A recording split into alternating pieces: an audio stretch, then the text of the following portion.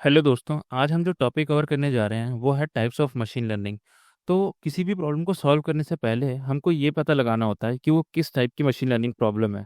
तो सबसे पहले अब हम ये देखते हैं कि टोटल कितनी टाइप्स की मशीन लर्निंग्स होती हैं। तो सबसे पहला जो है वो है सुपरवाइज्ड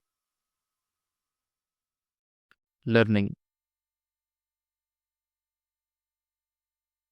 जो दूसरा है वो है अनसुपरवाइज्ड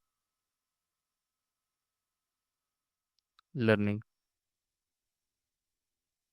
जो थर्ड है वो है सेमी सुपरवाइज्ड लर्निंग। एंड जो फोर्थ है वो है री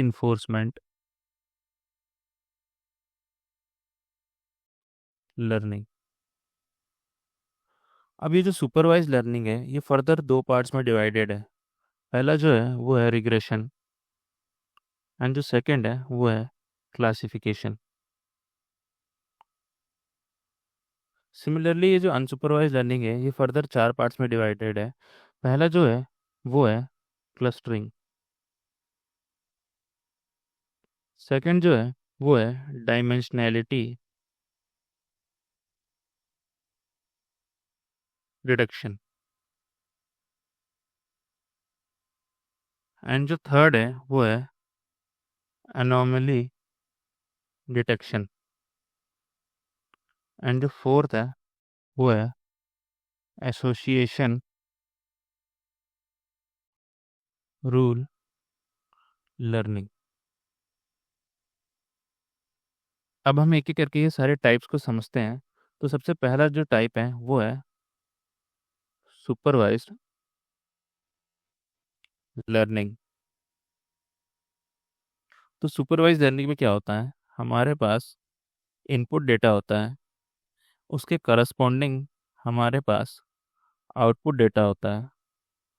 अब हम क्या करते हैं, हमारे ये जो इनपुट है और उसके करस्पॉन्डिंग जो आउटपुट है उसको हमारे मॉडल को देते हैं। और हमारा जो मॉडल है वो उसमें से आफ्टर ट्रेनिंग कुछ रूल्स, कुछ पैटर्न या कुछ रिलेशनशिप फाइंड कर लेता है between input and output data. तो क्या होता है आफ्टर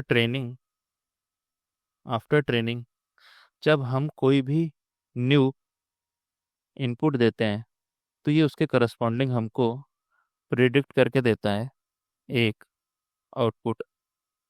अब ये जो इनपुट डेटा होता है इसी को हम कहते हैं इंडिपेंडेंट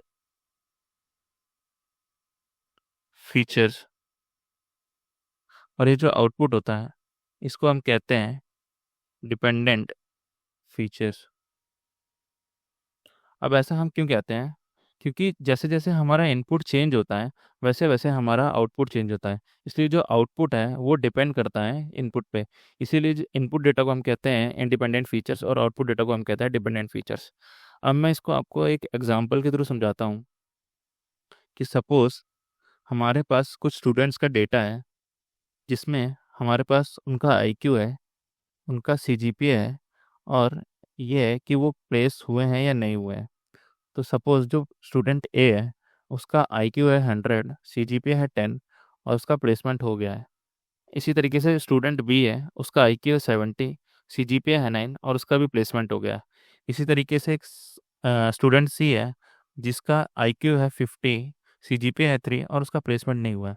तो अब हम क्या करेंगे, ये जो हमारा इनपुट और आउटपुट है इसको हम हमारे मॉडल को दे देंगे और हमारा मॉडल जो है वो ट्रेन होगा। और आफ्टर ट्रेनिंग हम इसको कोई भी न्यू डेटा देंगे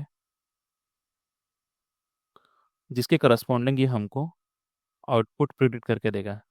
सपोज हमारा जो न्यू डेटा है वो है कि हमारा जो आईक्यू है वो है 60 और उसके करस्पॉन्डिंग सीजीपीए है हमारा 7। तो ये हमें आउटपुट प्रिडिक्ट करके देगा या तो यस या तो नो। अब ये आउटपुट है वो डिपेंड करता है कि आपकी जो मॉडल है उसकी ट्रेनिंग कैसे हुई है और आपका जो डेटा है, सेट ऑफ जो आपने सेट दिया है, डेटा सेट दिया है, वो कैसा है। अब हम समझते हैं जो सुपरवाइज लर्निंग है वो फर्दर दो पार्ट्स में डिवाइडेड था।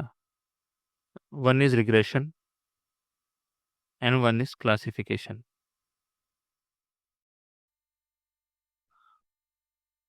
ये किस बेसिस पे था? तो ये बेसिकली है कि आपका जो डिपेंडेंट फीचर है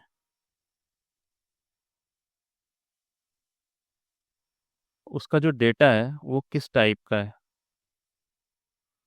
अगर आपका जो डेटा है वो न्यूमेरिकल है तो वो रिग्रेशन प्रॉब्लम है, और अगर जो आपका डेटा है वो कैटेगोरिकल है तो वो एक क्लासिफिकेशन प्रॉब्लम है। अब numerical example like CGPA, package, और कैटेगरिकल का एग्जांपल है जैसे कि एज, सॉरी, एज जो है वो इसका एग्जांपल होगा। यहाँ पे होगा जेंडर, इसी तरीके से नेम। ओके। अब ये जो क्लासिफिकेशन है ये भी फर्दर दो पार्ट्स में डिवाइडेड है।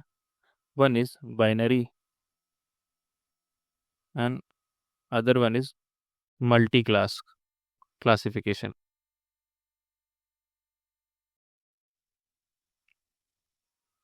अब जो बाइनरी क्लासिफिकेशन है इसका मतलब ये है कि आपका जो आउटपुट फीचर है या डिपेंडेंट फीचर है उसमें दो ही क्लासेस होंगे,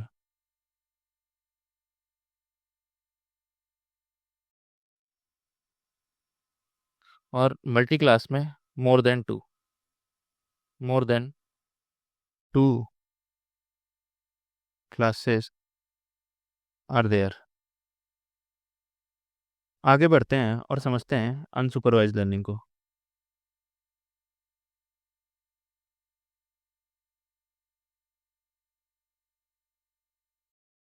तो अनसुपरवाइज्ड लर्निंग में हम क्या करते हैं, हमारा जो मॉडल है उसको हम सिर्फ इनपुट देते हैं, कोई भी आउटपुट प्रोवाइड नहीं करते हैं, और हमारा मॉडल ट्रेन होके कुछ रूल्स बनाता है या कुछ पैटर्न्स, या हम कह सकते हैं रिलेशनशिप फाइंड करता है अमंग ऑल इनपुट्स। अब हमारा लर्निंग ऑब्जेक्टिव क्या है?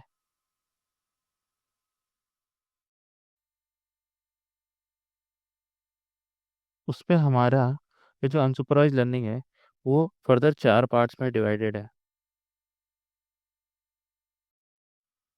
जो पहला है वो है क्लस्टरिंग, सेकंड है वो है डायमेंशनैलिटी रिडक्शन, जो थर्ड है वो है एनोमली डिटेक्शन, एंड जो फोर्थ है वो है एसोसिएशन रूल लर्निंग। आगे बढ़ते हैं और अब समझते हैं कि क्लस्टरिंग क्या है। तो क्लस्टरिंग में हम क्या करते हैं, हमारा जो भी इनपुट डेटा है उसको हम मॉडल को देते हैं, और हमारा जो मॉडल है वो हमारे इनपुट डेटा को डिवाइड कर देता है डिफरेंट डिफरेंट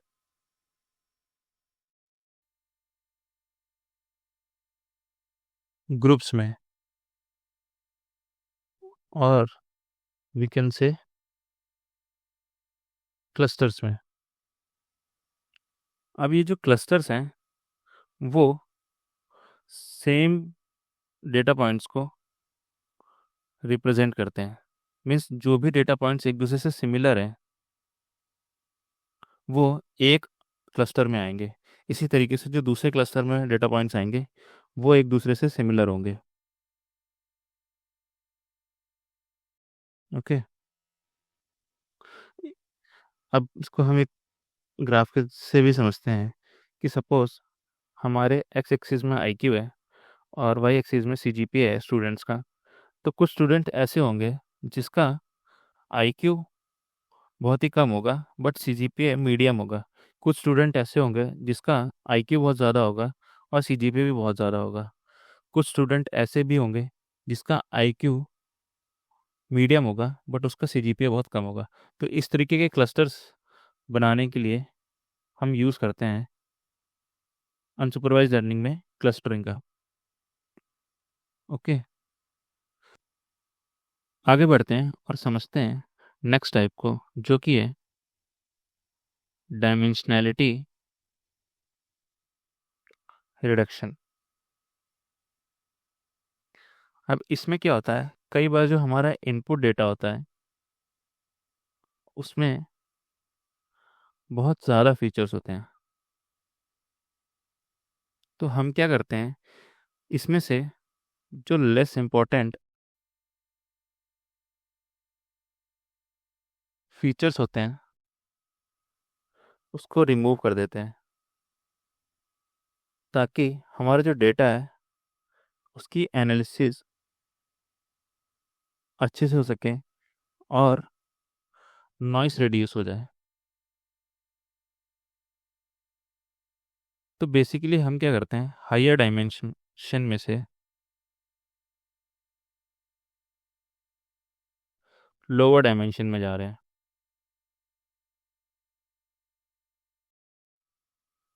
अब इसको हम दो तरीके से कर सकते हैं। या तो हम लेस इम्पोर्टेंट फीचर को कंप्लीटली रिमूव कर दें या मैनी फीचर्स को मिला के एक सिंगल फीचर बना दें।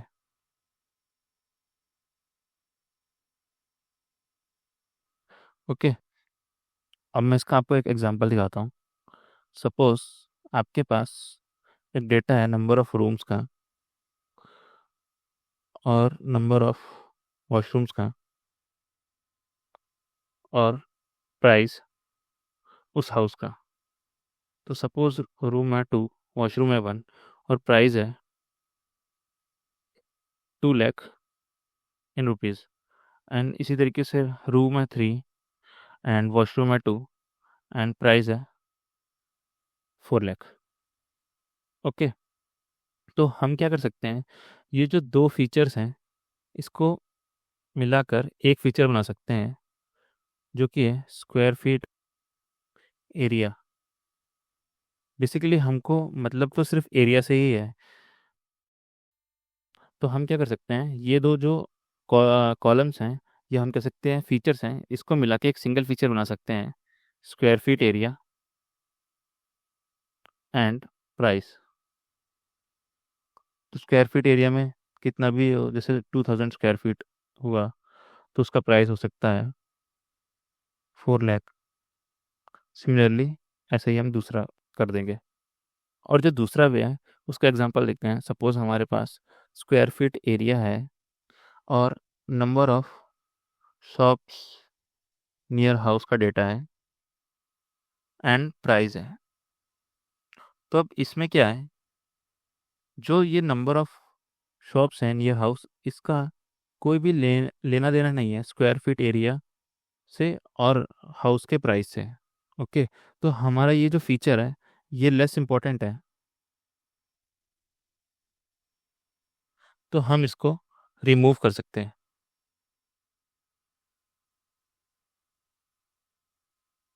आगे बढ़ते हैं और समझते हैं तीसरे टाइप को जो कि है अनोमली डिटेक्शन। अब इसमें हम क्या करते हैं, जो भी डेटा पॉइंट्स फॉलो नहीं करता है, that does not follow normal pattern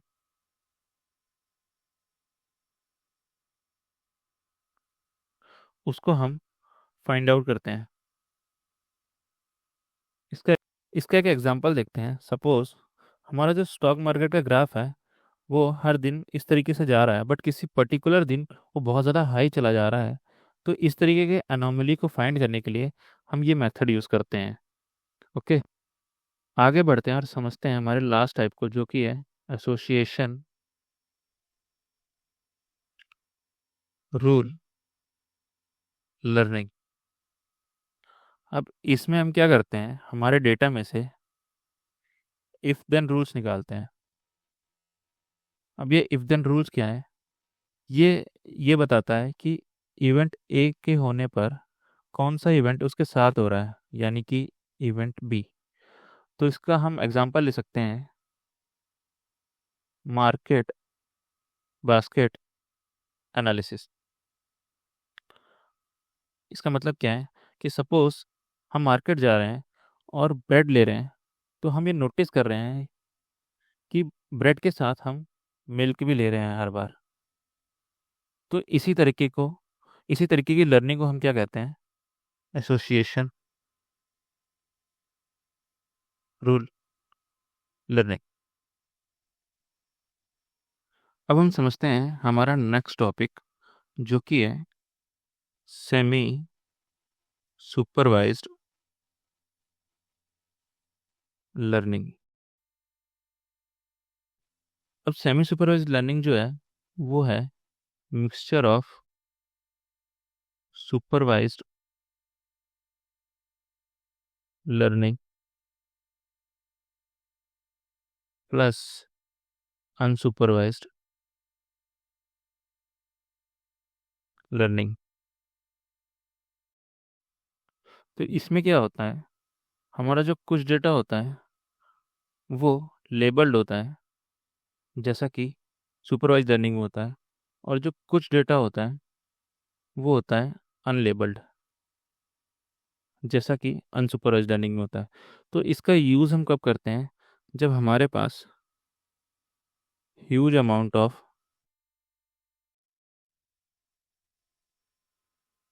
unlabelled data होता है, तो उसको लेबल्ड डेटा में कन्वर्ट करने के लिए हम इस मेथड का यूज़ करते हैं। क्योंकि लेबलिंग में बहुत ही पैसा खर्च होता है, या हम कह सकते हैं बहुत ही एक्सपेंसिव है। तो इसका एग्जांपल हम समझ सकते हैं, जैसा कि अगर आपने कभी एक कोई फ़ोटो क्लिक करी और वो फ़ोटो जाके गूगल फ़ोटोज़ में स्टोर होगी, और आपने क्या किया, उस स्टोर्ड फ़ोटो को एक नेम दे दिया पर्सन ए। तो उसके बाद आप जब भी कोई रैंडम फ़ोटो क्लिक करेंगे और अगर वो पर्सन ए से मैच कर जाती है, तो वो उस फोटो को लेबल दे देगा पर्सन ए नाम से। ओके, अब हमारा जो लास्ट लर्निंग है वो है री इन्फोर्समेंट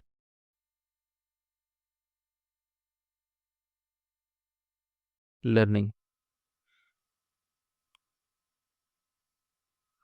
अब री इन्फोर्समेंट लर्निंग में क्या होता है, ना ही हम इनपुट देते हैं, ना ही हम कोई आउटपुट देते हैं। हमारी जो मशीन है वो, या हम कह सकते हैं जो एजेंट है, वो इन्वायरमेंट से इंटरेक्ट करके ही सीखता है।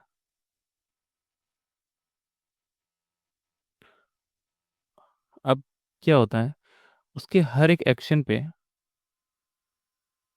या तो उसको रिवॉर्ड मिलता है या उसको पनिशमेंट मिलती है। तो अगर उसको रिवॉर्ड मिलता है तो वो अपनी जो उसकी पॉलिसी है उसको अपडेट नहीं करता है, बट अगर उसको पनिशमेंट मिलती है तो वो पॉलिसी को अपनी अपडेट करता है। इसका जो बेस्ट एग्जांपल है वो है सेल्फ ड्राइविंग कार्स। ओके, तो आज के लिए इतना ही। अगर आपको ये वीडियो पसंद आई हो तो प्लीज़ लाइक करें, सब्सक्राइब करें। Thank you. मिलते हैं नेक्स्ट वीडियो में।